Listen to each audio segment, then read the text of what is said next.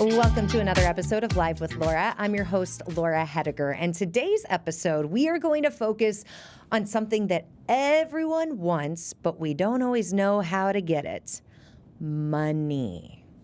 Imagine you could be financially free to live your life the way you want to. As I am imagining it, this sounds like the best dream in the world. But there's one guy here in St. Louis that said, you know what? I'm sick of dreaming about it. I am going to do it. And this guy has agreed to join us right here in the studio for today's Live with Laura. I am thrilled to be sitting across from Sam Prim, who literally describes himself as just a normal guy. As normal as it gets. But you're doing kind of abnormal things to a lot of us to build your financial freedom. I am. I got a little bit creative and thought a little bit outside the box, but it's nothing that not one person listening to this can't do the same thing. So what do you do? So I own a few real estate investing companies here in St. Louis. We wholesale and flip real estate. We buy about 20 houses a month. That company's called Faster House. I own a property management company called Midwest Property Group. We manage about 750 rental units for other people. And then I own about $40 million in real estate that I've bought using none of my own money. And then I also have an education brand called Faster Freedom, where I teach other people how to do all that, because everybody can do that and nobody knows how. So I created Faster Freedom to help normal people learn all that. You just rattled off 4 different things, but in reading your bio, you stopped working a corporate job for 50 hours a week because you wanted time with your family. How do you have time with your family if you're doing all of these different things? Well, there's a few different things. One, delegation. I have a really, really good team. We have about 45 employees, and I have leaders of each of those companies I mentioned that manage the day-to-day, and I am in control of my time now. I choose if I want to work 70 hours a week. I don't have to be forced to request to go on vacation, or after my first daughter was born, I had to go on a work trip 2 weeks after she was born, and my wife had a C-section. I had to hire a nurse to come stay with her. So I wasn't in control of my time, even though I was, at a good job, making good money. So that planted the seed to, hey, I want to control my time. The best path to do that is real estate. Let's dig into that a little bit more. Talking about your wife having a C-section 2 weeks later, that's at the point she still probably shouldn't be lifting Correct. that much. You have to hire a nurse, and you realize, I don't want this for everyone. It's one thing to realize you don't want your life to go that way. It's another thing to figure out ways to make your life not stay on that path. Had you dipped the toe in real estate before, or did you just think, nope, we're going to dive right in? No, I'm not that crazy. Okay. Yeah, I had been doing it before. So I graduated college in 2011. I started investing in real estate in 2014. So I quit my job in 2018. So for 4 years, I had learned a little bit, made some mistakes, grown a little bit, made connections, and it made the transition rather smooth. I'm not one to tell you to just jump in the pool whether there's water or not, right? I was prepared. We had systems and processes in place, and I was comfortable leaving a very, very high-paying, good corporate job for a good company. I was ready to do that because of all the work I'd put in. And part of the reason you did decide to leave, from what I've read about you, is because your parents were on the traditional track that you then started once you left college, where you get a good job, you enjoy it enough, but you work there forever, put into your 401k, and then you retire at 65. That is a very good life for a lot of people. You realized about 4 years in, that's not the life I want. Yeah, I've always kind of wanted to push myself. I grew up playing competitive sports, if that's part of it, and just wanting to push the limits and see what you could do and not accept the norm. I think part of the reason I wanted to not accept the norm was when you're a kid and you have, your parents, great parents, but like we wanted to eat once a month to Taco Bell. We all ate for $5. Like, no cable, that's too expensive. Like, we would pack your lunch every day to school, and all your other friends are buying lunch. And not that in the grand scheme of things it's important, but when you're younger, you're like, oh, I can't have this, I can't have this, no cell phone, all those types of things. My dad would, those little brown paper bags, like to bring your lunch in, he would take his lunch every day to work in that. Then he'd fold it up and bring it home. And then when it got a hole in it, he'd tape it. So that's the kind of frugalness that I was brought up in. And I think I just wanted to be able to not look at price tags. I wanted to be able to not budget every single dime that I made and just go do what I wanted when I wanted. And my job got me that to a certain degree because I did well. But then I started to run into some, kind of speed bumps and run into certain things that were limiting what I could do. And real estate seemed like this blue ocean. So eventually I made the leap. Real estate is something that is truthfully always going to be there too. So I'm sure that had to factor into it. This is a longevity thing. Yeah, real estate, no matter what the economy is doing, no matter what the real estate market is doing, you can make money in real estate. That's one of the beautiful things about it. It is very pliable. You can do short-term investments, you can do long-term investments, you can do apartments, you can do commercial, you can, just rent something and then sublease it to somebody else. You can wholesale real estate, which requires no money credit or anything. Like there's always an avenue for you to make money in real estate. Not everybody knows about all those avenues, but it is so abundant. It's so pliable. It's the best thing for the normal person to actually get ahead. And especially with your timeline. So 2018, you decide to go all in. You never predicted a pandemic was going to hit. And with the pandemic, you never predicted interest rates falling to what they were. Was that time in this country even more of an opportunity for you to get more rentals acquired in your portfolio? Yeah, 1,000%. So yeah, I did not know that was coming. It came and everybody freaked out because what do we do? The whole world's shutting down. Is real estate even what's it going to look like on the other side of this? But then pretty quickly I realized what interest rates were doing and what people having stimulus money in their pockets meant. And from basically summer of COVID 2020 until probably early 2023, my business had never did more. From the social media growth to the buying the rental properties, we probably bought $20 million in real estate in that time, to flipping, to everything. That just was the golden age. And then recently it's been rough, as we kind of talk a little bit with the different businesses. It's nice to have them, but yeah, that was a really, really unexpected shoot off like a rocket time frame for me, which was cool. So everything that you're talking about, I'm envisioning a movie, because still to normal people, this just does not seem obtainable. Talking about 20 million, 40 million in the overall portfolio. So please make it easier for me to understand. Our listeners and viewers are much smarter than I am. So dumb it down for me and how this really all did transpire. And especially because I think you said you didn't use your own money? Correct. Whose money were you using? Okay, well, all right, so let's start with my very first rental property. Okay. How about that? So it was 2014, and I just got done reading Rich Dad, Poor Dad, which was it's a pretty famous book about just getting ahead and learning what assets mean and equity means and all those things. So I decided, me and my business partner Lucas decided we wanted to invest in real estate. So 2014, we realized we wanted to buy rentals, but we didn't have enough money to buy rentals. So we decided to do a flip. I understood that you could borrow money to buy a house and sell it.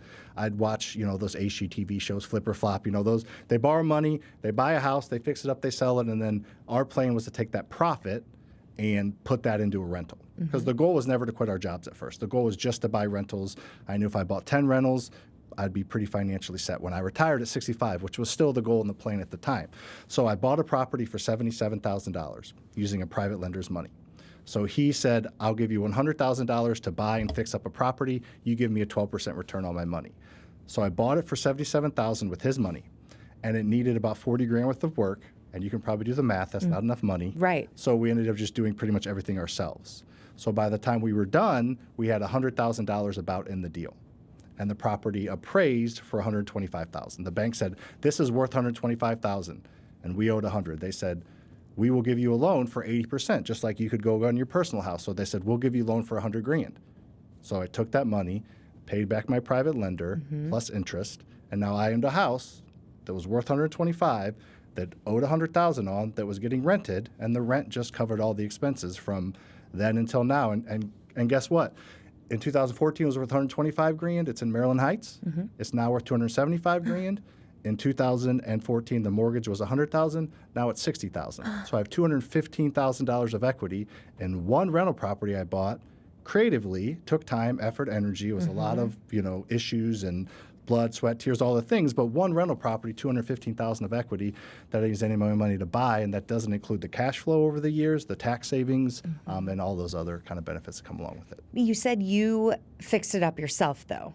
So that, I mean, as much as I could. Like I painted, did the landscaping, tore everything out, but we hired people to do like the plumbing and like those kind of things we hired out. I think that's what's so intimidating to people because, yeah, I've watched the HGTV shows and I sit there and watch Joanna Gaines go in there and chip with the sledgehammer. And I'm like, my husband and I can't do that. So we already feel like there's no way we could ever handle anything like this. You 1,000% could.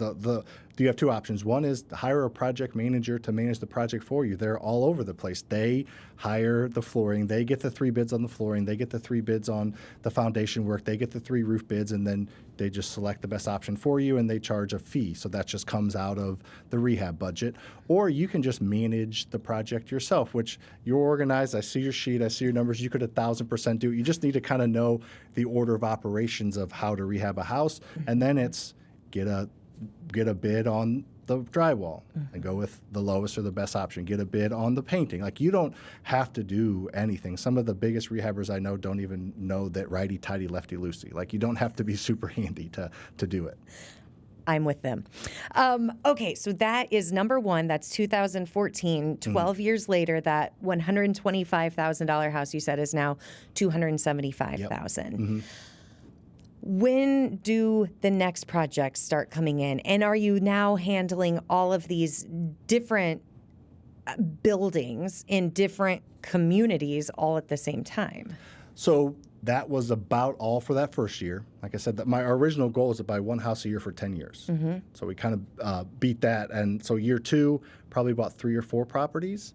And then we decided that was probably 2015-16 timeframe. And we maybe had 8 or 10 rentals and like looking pretty good, but we thought like maybe let's quit our jobs now because this is kind of cool. But when you buy real estate how we do, you don't cash flow very much. That's the biggest misnomer that people have. What does cash flow mean? So yes, cash flow is how much you keep in your pocket. So it's rent minus all your expenses, whatever's left over. Okay. So if you are thinking that you're going to cash flow $1,000 a month in your pocket owning rentals, you're just not. It's like a couple $100s. And most people say, I'm not going to put in all that work, borrow the money, fix up the property, have all the rehab, have everything going on for $200 a month, and they don't buy rentals. But you have to peel back the onion a little bit further. We talked a little bit before we went on the air. The property's going to double in value in 15 years. Historically, it's done it every single 15-year increment. The tenant's going to pay the mortgage down.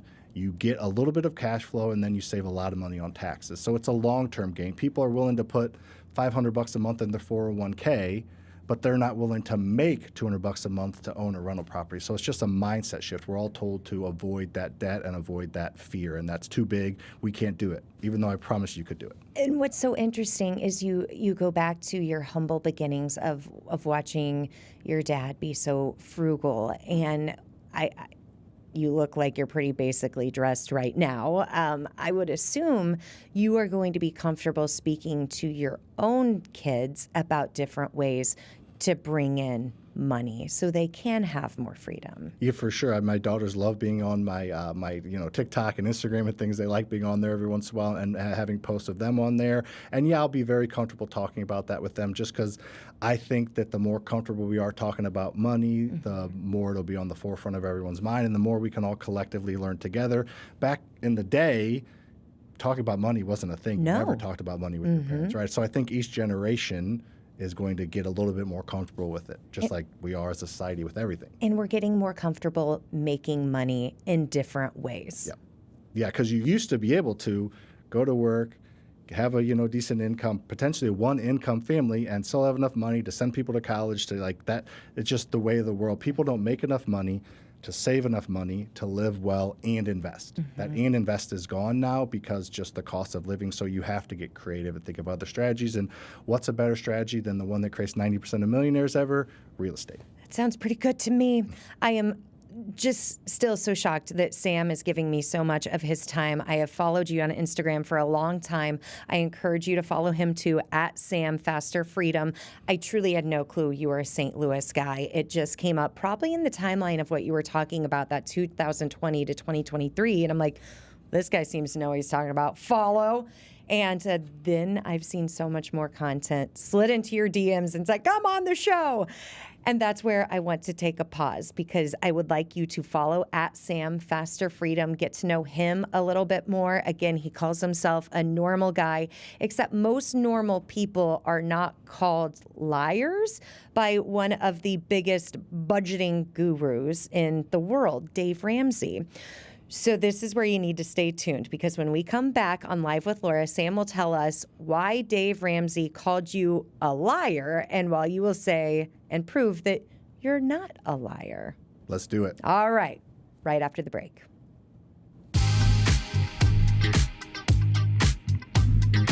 I am thrilled that you are spending part of your great day here with us on Live with Laura. I'm Laura Hediger, sitting across from Sam Prim, who somehow got on, not somehow, you're doing big things with a huge following.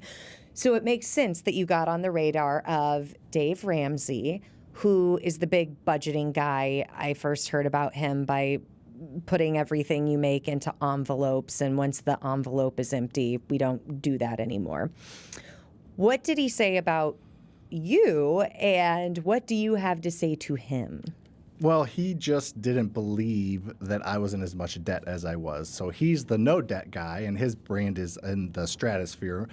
But I'm the properly leveraged debt guy. Like, there's good debt and there's bad debt. If you're going to borrow money to go buy a Lamborghini, then maybe that's not a good use of your money. But if you're going to borrow money to go buy a house, I think that's a good use of your money. It's basically borrowing money to buy liabilities versus borrowing money to buy assets. So I am an asset borrower, a debt guru when it comes to borrowing money. And I did a post about how at the time I was in $30 million worth of debt that allows me to own $50 million in real estate.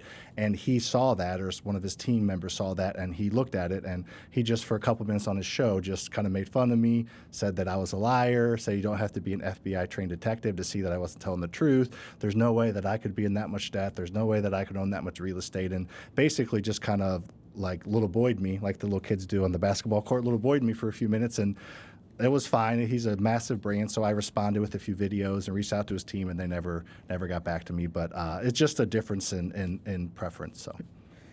And what was this timeline? This was like 2023 probably time frame, yep. But with his sentiment, I think whenever you said that post to get people's attention. I am $30 million in debt. Good hook for a post. Exactly. Yep. And then you came in with the story. And then also how this could be yours too. Yes. So it's enticing all the way around. Yeah. But again, when I see someone post I'm $30 million in debt, you do start to think, what is not adding up? Yes, I could see that. And that's the tricky deal with social media. They're 15-second posts, they're 45-second posts, they're just a couple sentences. So it's a little tricky, but the whole point is start out with saying you're in $100,000 worth of debt, like I did. It started with 100. It didn't go to 30 million overnight. A lot of people say, no bank would give me 30 million. Well, a bank probably wouldn't even give me 30 million right now, just at one, go. So it's slowly, methodically over time, buying good assets with debt and having to accumulate. And that's the power, is growth. So remind me, how many homes, properties, apartments do you currently own? About 200. Okay. So are you dealing with 200 sets of tenants every month? I am not. My team is. So yes, my team is, as well as we manage for other people as well. But no, I haven't talked to a tenant in probably 5 or 6 years. I did at first. I did all this stuff myself. Approved tenants, looked at property, all of that stuff. And let's get into that part of this conversation. I bought my condo in 2016. Met my husband the first week that I lived there. He currently owned a house. I say owned. I guess maybe I didn't. The bank was owning it technically with the loan and all of that. But it was in my name, had a mortgage, all that jazz. We get engaged, move in together, and we really went back and forth on what do I do with my condo. Okay. And ultimately, I was already at Channel 4. My husband was still in training, in healthcare training. And ultimately, it came down to, with my crazy hours and his insane schedule, how in the world could I possibly handle a tenant calling me at 2 a.m. because their toilet's broken? I think that is a very normal thing to think about. What do you think about that when people do have the opportunity to keep an asset, but ultimately they think, I can't handle this? Well, two things. Tenants are sleeping at 2 a.m. They're not going to call you with a leaky toilet. So I got up for a decade at 1 a.m. Okay. and did get ready at 2 a.m, Okay. and I've had the leaky toilet. So Well, you're a little bit. Most people are sleeping at that time. Yes, yes. The point, the point is there are these horror stories of leaky toilets Yes. and the light bulb won't turn on. Yes. That is very few and far between. The other option is hiring a property management company. They collect a percentage of the rent. Again, rentals aren't about cash flow anyway. They're about all the other ancillary benefits. And the other thing is, do you want to work till you're 67, or do you once every 2 years are you willing to get up at 2 a.m., answer the phone call a maintenance person? Like it's just what do you want? Do you want, not you, do you want the easy life of, hey, I'm going to sleep 8 hours a night and I'm going to put money away and I'm going to work when I'm 65 and then I'm going to retire when I'm probably too old to actually enjoy it and I'm getting up and peeing 4 times a night at that point? Or are you willing to put in some extra effort, have a little bit of sacrifice now, and be able to relax later? There's no win. It's either hard now and easy later, or it's easy now and hard later. There's no in between. There's no magic potion. Real estate's not the magic potion to have it all now and later. It is a lot of hard work, but you have to have the long-term mindset of, I want to have some freedom in my 50s. I want to have some freedom in my 40s, not when I'm too old. sounds like I did make the wrong decision. Maybe. But with that decision, I think normal people don't even realize there are property management companies. And when I was buying my condo back in 2016, and obviously had a real estate agent, had a lawyer look at everything, my parents look at everything, there was still the thought of, if I eventually want to rent it, that's not even going to be allowed, because there are some types of buildings where it has to be owner occupied. Correct. I'm guessing you stay away from those now. Yes. So is that something, if someone is looking to buy their first property, they don't go with that investment? Yeah, in general, I would avoid condos in general because there's things like that. There's HOAs. A lot of condos are underinsured and you can't even get a loan on them. So in general, condos probably something to avoid. But yeah, there's always a solution though. If you bought that and you wanted to rent it and you did, and then it came out with some bylaws saying you can't rent it, you can just sell it. You know, there's always an out with real estate. It's a beautiful thing. You can keep it, you can sell it. If you do it the right way, there's always going to be some equity to tap into. So it just gives you a lot of flexibility. So you don't have to do one thing with real estate. And something with you in the last few years, you have diversified what you do to build this Faster Freedom course that people can get, and it gives them the path to how to figure all of this out. Yeah, that's the whole thing. Everybody complicates everything. You're going to go online, you're going to see somebody saying, only do Section 8 rentals, only buy RV parks, only wholesale, and everybody's trying to just shove something down your throat to get you to give them money. In reality, I try to simplify it. Let's find a discounted property and let's help you raise money to buy that property. Then after that, we can talk about doing a midterm rental if you want, or we can even try a short-term rental, or you can go the Section 8 route and rent it out, or you can flip it if you want. You can do anything you want with it, but let's just find the discounted property and let's find other people's money, and then we'll figure it out from there. So I try to simplify it, which gives people a little bit more understanding, I feel like. So are you very connected to St. Louis real estate agents? Yes, so we probably buy 100 houses a year just from agents who bring us hey, you know, my client's mom just passed away, dad's moving into assisted care facility, the house hasn't been updated in 60 years. I can't, as an agent, I can't even sell this because it's not livable. It's, a bank won't lend a normal homeowner money on a property that needs 50 grand worth of work. So we take these stuck properties that are stuck between the point of being livable and not, whether it's a pre-foreclosure, whether it is a death in the family, whether it's a relocation or hoarder situation. We take those properties and we free them up from them being stuck, and then we sell them or rent them to someone who wants to live in them. So with that, do you ever come across an opportunity where you just say, you know what, this needs to be a tear down? It's not even worth your time. Yeah, every once in a while we do that, and we know a lot of the great home builders here in St. Louis, and we'll say, hey, go check out this lot. What do you think about it? How much will you pay for it? And then we try to, make a little spread and connect them. And now somebody doesn't have a house next to them that is falling over. They have a brand new house because a builder bought it, fixed it up, and guess what? Their value of their house just went way up. Mm-hmm. It's been a very interesting time, it sounds like, in real estate just over the last 2 years especially. Wasn't there a big overhaul in 2024? Well, there's been a few different overhauls just from basically end of 2022, mid 2022 on. Interest rates have been skyrocketing. Real estate taxes have been skyrocketing because values went up, insurances went up. The last 2 or 3 years in real estate's been really, really tough for a lot of different people, us included. But I just try to look at the long-term picture. It's cyclical. There'll be time again when it's a little bit more affordable. Interest rates eventually will go down. The government or somebody will figure out how to subsidize insurance to a certain degree. They're talking about property taxes going away eventually. So it's just always a push and pull and cyclical thing. I try to have perspective and just look at the bigger picture and just, it's going to work itself out. This isn't the end of real estate. This isn't the beginning of real estate. It's just a blip on the radar. And with that, with it being so interesting in the last few years, it has been a lot harder for families to get loans, to buy a house. Student loan debt is still insane for a lot of people too.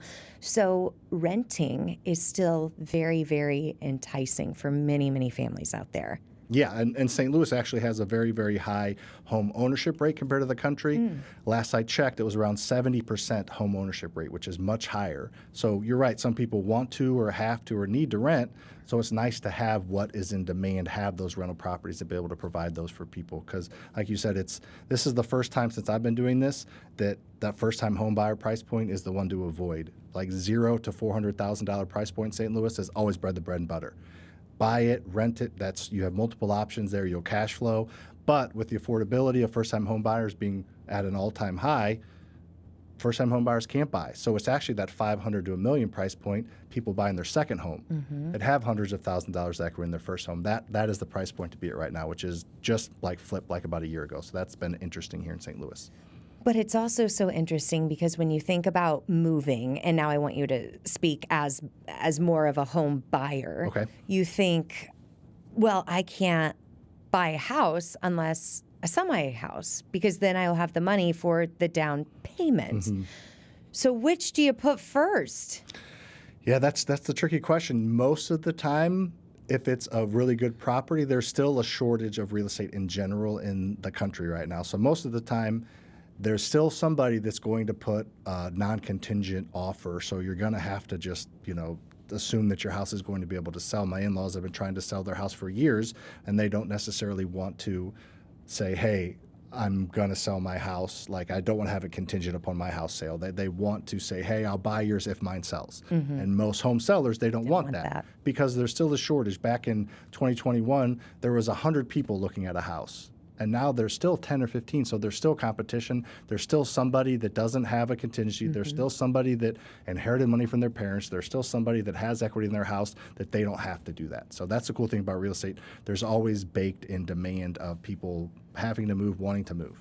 I'm going to bring up a scenario that some of my coworkers who are just getting married, about to get married, don't have kids yet, that they are going through. They are going to be a first-time home buyer. And just when we're talking casually, they'll be like, oh, well, I saw this house. And in my mind, as someone who has been through it, not as much as you, but more than once, I think if you see a house today, it's going to be gone when you are ready. So what advice do you have for people to make that first home buy? Should they just drive around different neighborhoods that they might like and then put that in their Zillow area? What do you say? Yeah, a couple of things. One is getting in with a good agent. A really good real estate agent is going to understand. So you suggest getting an agent before you are ever going into the open house? Yeah, I think that's a good Okay. plan, because the agent's going to have pocket listings at their brokerage. The agent's going to know things coming up that maybe aren't even on the market, like those 100 houses we buy from an agent. None of them are on the market. Now, they all need a ton of work, like your coworkers probably wouldn't or couldn't buy those. But in general, getting in with a good agent that fully understands what you're looking for, and then you have to be able to afford the payment. I understand that. But the biggest thing that I tell people, a lot of people here, is you marry the house and you date the rate. So like when the rate could, and the rate will go down. Most people don't think we're going to like have massively higher rates. Most people think over the next couple of years they will go down. So you buy the house now for $350,000 at a 6.5% mortgage. In 3 or 4 years, the mortgage may be 5.5%. Then you can refinance. So and the property's still going to go up in value. So you almost got a deal, because the property's now worth $400,000, and you were able to refinance at a lower rate rather than have to buy that $400,000 house. With the marrying the house, though, here's the thing. My husband and I dated for a long time. I'm going to guess you and your wife didn't get married on your second date. We did not. You put in some time. And from what I've noticed with real estate in the last few years, you can be in a house during an open house for like 20 minutes, and you didn't see every wrinkle. You didn't see the personality of the house in this season of life. You have to make one of the biggest financial decisions of your life very quickly, with the stress of knowing, as you mentioned, maybe there's a couple next to you that doesn't have the contingent on the side. What advice do you have for people to make a very difficult decision with a lot of emotion behind it in a very quick amount of time? Without dating the house. Yes. You didn't go out and have a couple drinks with it or anything. No, I wanted to. But you couldn't. Right. Didn't have the time. So Right. a couple of things. One, that agent should, if you have a good agent, they're going to know the house. They're going to know what to look for. They're going to know the area. They're going to understand kind of this is a good deal or not. They're going to know other comps. And another thing is, even if you have a non-contingent offer, you can still get a house inspector in there. So it happens quite often to where somebody will get a house under contract, and they'll have a professional inspector climb on the roof, go in the attic, look in the basement, and just confirm all those wrinkles that you couldn't see. And then at that point, the contract is going to be contingent upon that. The bank wants it. So at that point, you can, hey, I didn't see that the roof needs replaced. I'm either backing out, or I need a price reduction, or I need a new roof. So you do have some flexibilities. That's not a prenup. I'm trying to think of another analogy. Okay. But you do have some type of flexibility. I'm not an open engagement, but you do have some type of flexibility to, you're not like, go to the open house, put an offer that day, and you're buying it no matter what happens. You do have some flexibility. I'm so glad you mentioned that, because back in the COVID days, where I feel like people were trying to buy houses quickly because the interest rates were so low, we heard the waive the inspection, Yes. waive the appraisal. That was a weird time. I actually sold my house in beginning of 2022 before I built another house right before interest rates went up, and I got an $80,000 over ask offer. They didn't even look at the property yet. What? Yes. So I timed it. I got lucky. I timed it right before interest rates went up. But that was a rare time. That was an 18-month period we will never see again. Even 2006 and 2007 weren't that crazy. That was a very, very unique time. That was a black swan event. We're not going to see, just like we're not going to see a crash for a long time, we're not going to see that hot market for a long time. So you're right. That was a weird time. So that's amazing for you. You got 80 over asking. Without even walking it. But is that a good No, that's decision not for most people? It's not a good thing. It's not a good thing. I enjoyed it, but again, taking a step back and look at the big picture, that's not a good thing. Those are situations that are not good for anybody. The real estate value is going up so quickly, and Yes. then property taxes follow and insurance follows. So that was not a good time. Obviously, I took advantage of the market and wasn't going to say no to that offer. Right. But yeah, it's not. That's not healthy. We want a healthy market. I've learned so much as someone who likes to just occasionally scan Zillow and watch the HGTV shows, The Selling Sunset. I'm guessing you don't wear the weird outfits that they do. You don't know me that well. Maybe I do. Okay, maybe he does. I don't know. All orange all the time. That's what half of those people are wearing. As we sit across from Sam Prim, give him a follow. He's on basically every social media at Sam Faster Freedom. We're going to take our final break, come back, wrap things up with Sam Prim, a St. Louis guy, a normal guy who is doing really cool, out-of-the-box things that most other normal people just don't think about. We'll be right back.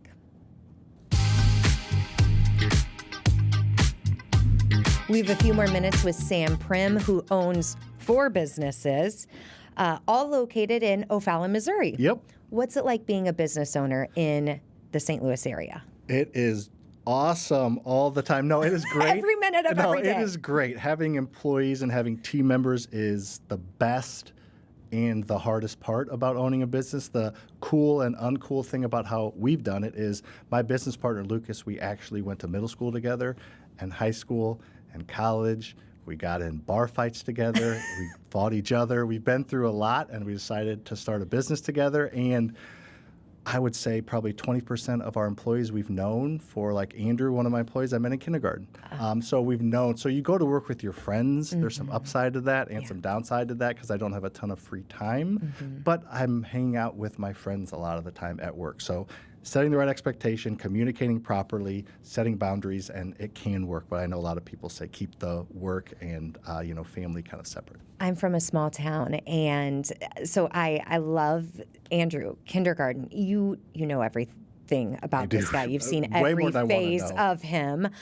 But you trust him then. Yes. And having trust in your employees, especially when you are facilitating so many different things, that is so key. Yeah, you get that buy-in, that loyalty that you can't get from an Indeed, hire, or you can. It just takes years to develop. So we don't hire all of our friends, but the ones that want to work with us, understand the expectations and communication, and then we'll teach you a skill, or we'll hire somebody to teach you a skill, or we'll work together to learn the skill, but I don't have to worry about you taking any money off the top or not showing up or not putting in your effort, because you get that a lot with people you don't know. So you know the character of those that you already know. Let's have the conversation evolve into that just a moment. Since you have hired people and undoubtedly fired people, what are some of the best qualities you look for in making a new hire? One of the biggest things I look for, and this has its pros and its cons, is I'm really about, are they going to work hard? Again, like we can teach you a skill, we can try to train you up however we can, we coach you up or coach you out kind of thing. But the biggest thing I look for is someone that's willing to work hard. So we like to hire slow and fire fast, as rough as that sounds. I promise you, every one of the people we've had to let go probably should have let go months ago. So we're definitely don't do it too quickly, but we try to hire slow, fire fast. But we usually, there's a person behind that, and you get to know them a little bit even if you don't know them well. So it makes it a little bit more difficult. But I love when the universe sends you signs, because as I was doom scrolling last night, my 3-year-old was screaming.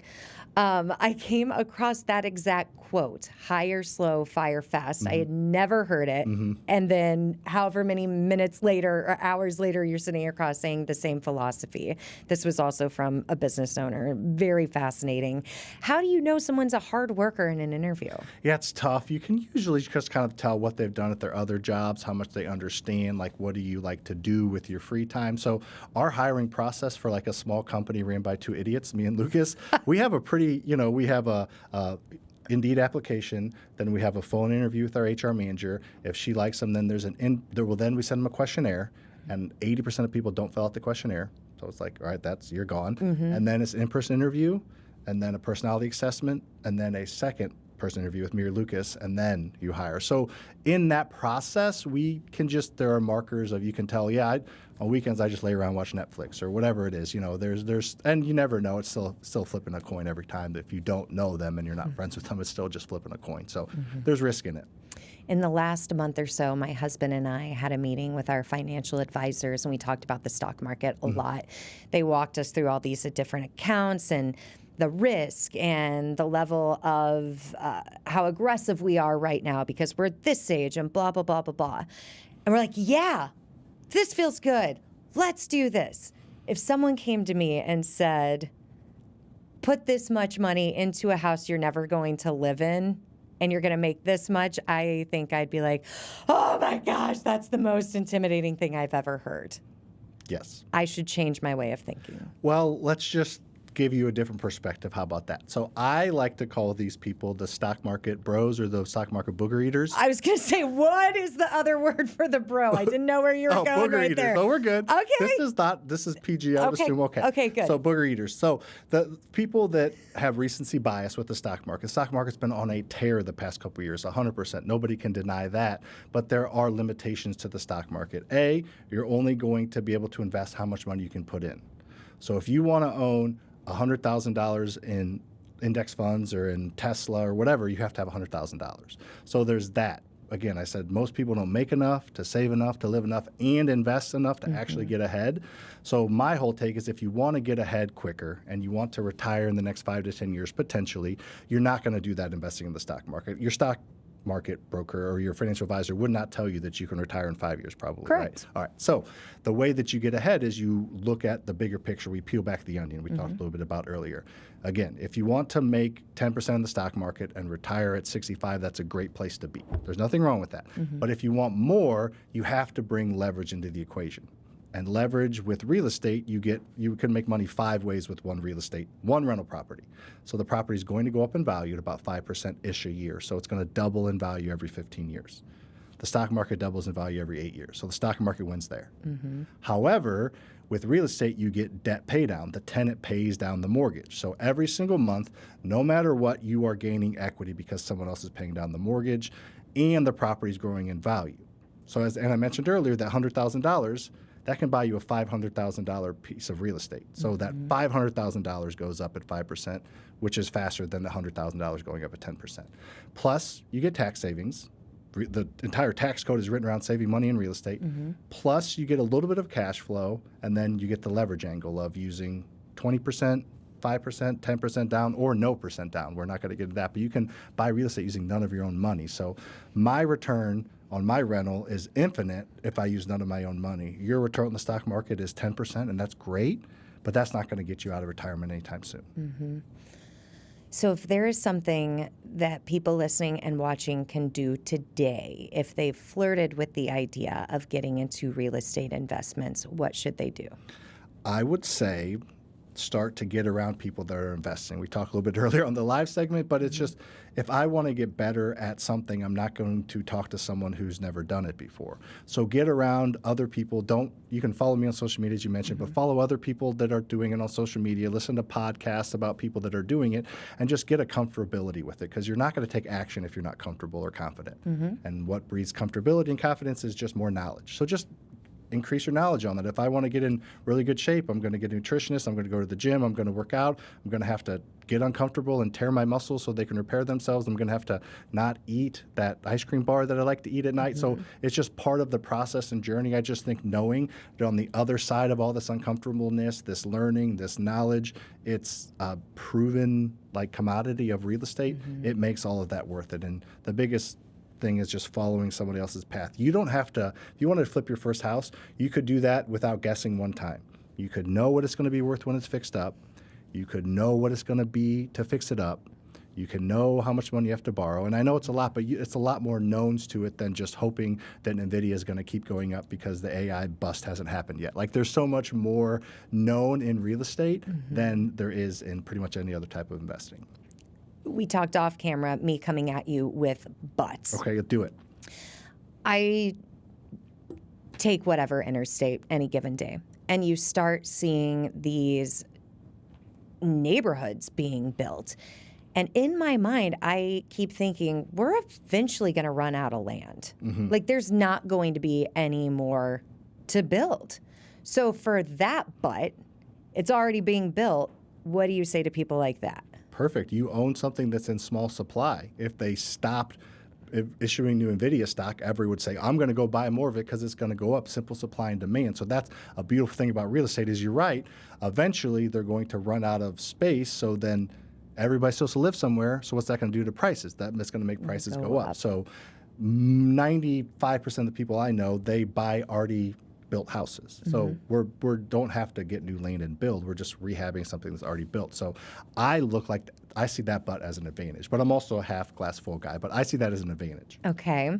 What about for the people who are just so nervous in making the day-to-day work, as in I have to get my kids to school at this time, and I do have to be at my job from 9 to 5 and then pick up the kids. And oh yes, I have aging parents, but I have no time to learn anything about it. Yeah.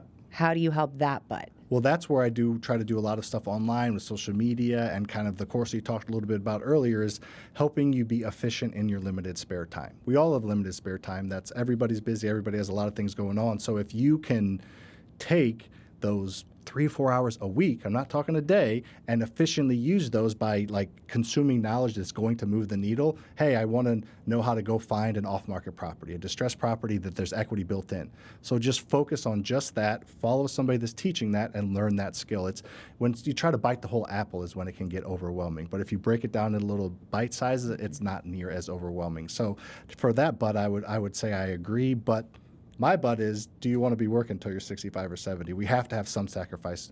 Don't watch 5 episodes of Keeping Up with the Kardashians. Watch 2 and watch some useful YouTube videos along the way. I feel personally attacked. Yep. You started all of this in 2014, went full-time in 18. Yep.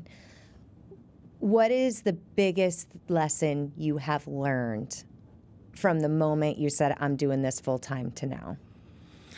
The biggest lesson I would learn probably is the biggest one though is failure is part of the process. Like I think you messaged me after one of my failure posts, like some of the L's that I've had. So many people avoid failure. They're like, I don't want to fail.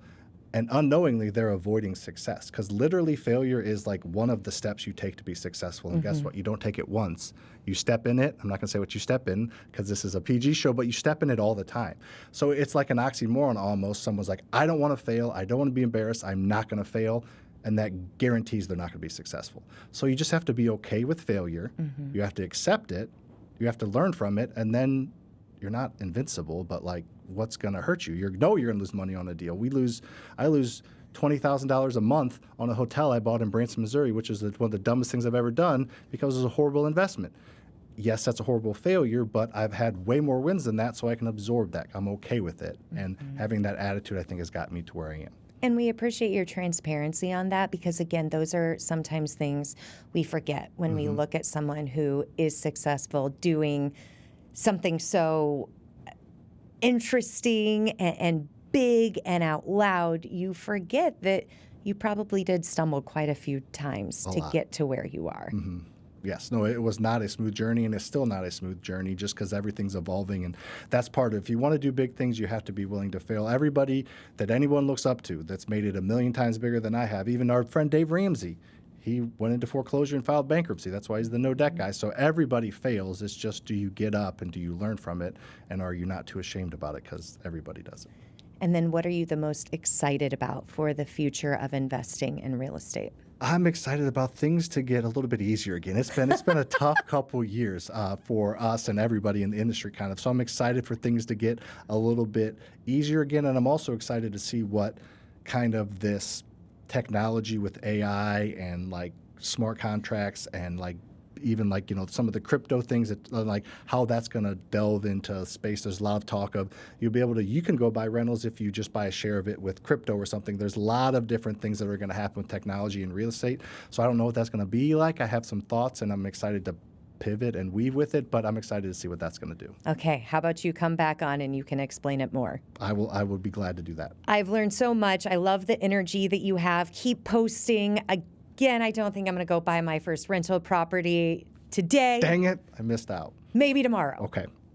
I'm a glass half full person too. But I so appreciate you guys. As Sam mentioned, spend some time learning about different things. And the fact that you listened or watched this podcast today, you're doing exactly that. And who knows, maybe it even gives you the motivation for whatever you had been thinking about, whether it was real estate or not, gives you the nudge to take a step in the direction of seeing what could happen. Everything I've learned is figure-outable. That's a word I use all the time. Figure-outable. All right, friends. Until next time, thank you for listening, thank you for learning, and thank you for being Live with Laura.